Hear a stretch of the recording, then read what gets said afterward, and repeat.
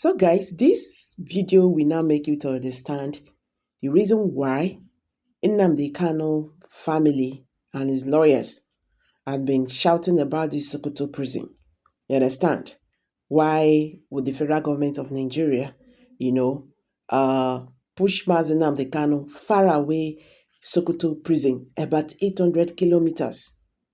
You understand? Very, very far away. That is in the north. And you know what that means. These people, they don't see Nnamdi Kanu as their friends. You get? They don't see Nnamdi Kanu as their friend because with what is happening right now, Nnamdi Kanu matter don't divide the north. Some people, they talk, say, make the Nigerian government release them. While some they talk, say, no need. Nnamdi Kanu will be a security threat to the country. And apart from that, they are still insisting that they buy their brothers, in the southeast. I don't know how that one take heart. Anyway, guys, without wasting your time, let me drop this video so you see what happened in Sokoto prison. Inmates escaped attack again as Fulani terrorists strike 30 minutes away. I've dropped the news so you will now understand what is happening. I'll be right back. Bandits have just attacked very close to Nnamdi Kanu's prison again. Yes, remember they attacked it last few days. Now, this one happened in the midnight of 2nd of December, which is just yesterday night. This is coming in live. Bandits have attacked one local government area, which is about 30 minutes. 30 minutes, less than that if you're on high speed, to the prison itself. This is just happening this morning. Listen to the news, listen to it. Yesterday night, bandits attacked Kwaragba community in Wonu local government area, Sokoto State. Fortunately, no residents were harmed or abducted as vigilantes and soldiers from Manona responded quickly after receiving the community's alert and successfully repelled the attack. They killed 2 of the bandits and arrested 3 others. So you see what is going on now. Definitely they have been trying to suppress this news because they know that they don't want to reach us, Biafrans. They don't want to reach us because they know that Nnamdi Kanu is in Sokoto State. And the last time that something happened like this, there was an uproar. And we warned on this channel that nothing should happen to Nnamdi Kanu. We warned, we raised alarm, and I'm sure they must have listened. That is why the soldiers, as they said, alerted the community, and the soldiers went and quelled the attack before it could skyrocket and before it could spiral. Remember the last one that happened, nothing happened to them. They just operated and they left, and they were testing the microphone on what to do, perhaps have in mind of getting close to the prison itself, or if possible, going into the prison.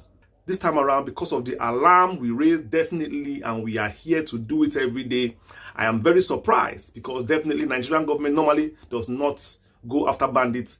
But this time around, I am shocked to hear that the Nigerian government, the soldiers, is close by, went to repel the attack. This could mean only one thing. They are beginning to understand that it's not going to be business as usual if anything happens to Nnamdi Kanu. Definitely, they are beginning to listen and take correction. Because we said it, that Nnamdi Kanu's life is sacred. Nothing should happen to him in that Sokoto State prison. And we will keep on raising the alarm here. We will not overlook any news, no matter how they try to suppress it, so long as it concerns Nnamdi Kanu. We keep on letting all of you know, keep on raising the alarm, and keep on calling everybody and warning any people who are responsible to make sure that they do everything possible to protect the life of Nnamdi Kanu. And this shows that they are listening and they are taking every step to make sure that nothing gets close to that Sokoto prison itself.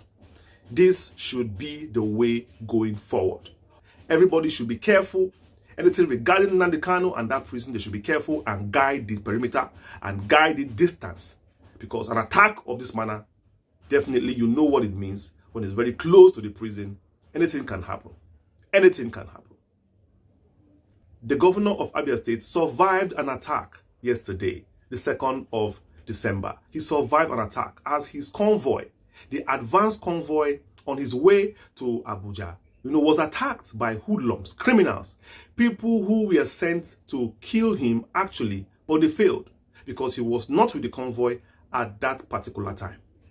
Remember that a few days before then, he had gone to Sokoto State to see Nnamdi Kanu, and his talk rose, his popularity increased, and his value, has gone up over the roof. People are now praising him, and it looks as if he is getting more popular to the people.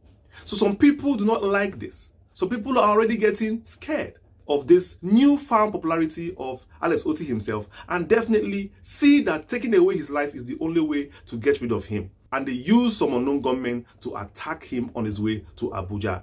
Perhaps they want to pin it on Nnamdi Kanu's people or whatever, but that plan is already dead on arrival, because definitely we know that it is politicians, criminals, people who have been used to criminalizing Nnamdi Kanu and his people, Nnamdi Kanu and the Igbo youths, as responsible for insecurity, when we know that it's their politicians who crave insecurity, who create insecurity, and who use it to carry out their nefarious acts and also pinning it on their political opponents. They are the ones who want to turn Southeast into a den of crime and committing evil amongst themselves. Because this was a coincidence too big that a man, after going to see Nnamdi Kanu, just on his way again to Abuja, definitely to see Tinubu, for Kanu again, was attacked.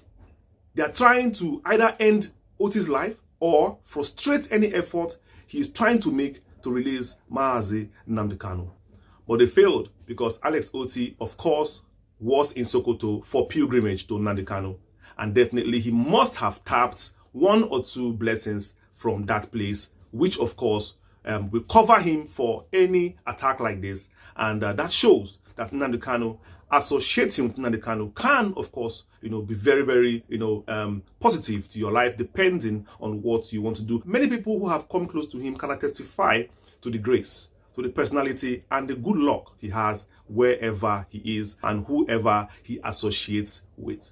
So thank God for the life of Alex Otti, because it would have been bad if anything happened to him after 24 hours visiting Mazi Nnamdi Kanu. And their plan to also pin all these things on Nnamdi Kanu is already dead on arrival, because we all know the cause of insecurity in the Southeast. And talking about Alex Otti convoy, attack, that happened on his way to Abuja. Alex Otti survived that attack and went to Abuja via, Imo State, and also had a meeting with Tinubu, and in that meeting, as he promised, he was going to go to Abuja to see Tinubu and talk about Mazi Nnamdi Kanu. And in that meeting, Alex Otti, fulfilling his words, got there and tabled the discussion of Mazi Nnamdi Kanu. And that was how his day ended on yesterday. We know that the journey is just started, or we know that results are going to come, because it is little efforts like this that actually bring results. And I'm also calling Alex Otti to bring his colleagues into this, because someone like Orji Uzor now will not be happy for this kind of relationship you have with Tinubu, this kind of request you are asking from the presidency. Orji Uzor now will be thinking of having his own meeting with Tinubu to tell Tinubu not to try to release Nnamdi Kanu. That is the problem we have. The problem we have in the Southeast now, anything concerning Igbos and Nnamdi Kanu, is Orji Uzor Kalu. Orji Uzor Kalu is our #1 problem right now in the Southeast. And I don't know what he stands to gain from fighting against the interest of his people. Interest of these people. And the people's interest right now is seeing Nnamdi Kanu walk free after all these years of incarceration. Is seeing Mazi Nnamdi Kanu walk free. That is our interest. So we are calling upon Alex Otti right now to gather his colleagues together, lobby them together, and press for the interest of your people, because that is why you are there. In the Igbo, we have had leaders of past, Michael Okpara, lots of people who have represented the Southeast in years, Ojukwu and Co. Yes, these people have pressed for the interest of their people. So as you are a politician in Southeast, you need to press for the interest of your people. You can pursue your political agenda, nobody cares how you do it. But all we are saying is that you cannot leave your people behind. You cannot lock your people out. You cannot put your personal interest all the time. Because after you finish your tenure, you still come back to the streets of the people. You still belong to the streets of the people of Southeast. I commend people like Obi Agwocha who have, of course, started gathering his colleagues in the House of Assembly, lobbying people for Nnamdi Kanu's release. He has been doing it for years, and he's still doing it now. I commend him for the job he has been doing. In fact, he has dedicated his whole life to see that Nnamdi Kanu is free. That's the kind of man we want. Obi Agwocha, Honorable Obi Agwocha. And it seems that Alex Oti is towing that same line. Wonderful development. Wonderful development. Igbo people are very easy to impress. If you do wrong, they will admonish you. If you do right, even if you're their enemy, they will praise you. If Orji Okalu comes out tomorrow to show you how good Igbos are, if Orji Okalu comes out tomorrow to change and start pursuing Igbo interest, you will see Igbos will still clap for him. That is how we don't have problem, personal problem, no.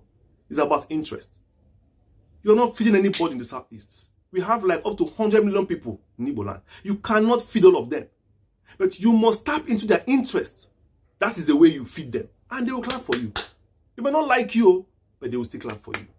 Do the right thing. Do the right thing. Alright guys, let's hear from you. Kindly drop your comment below the comment section and share this video. Let it go viral. Thank you and bye for now.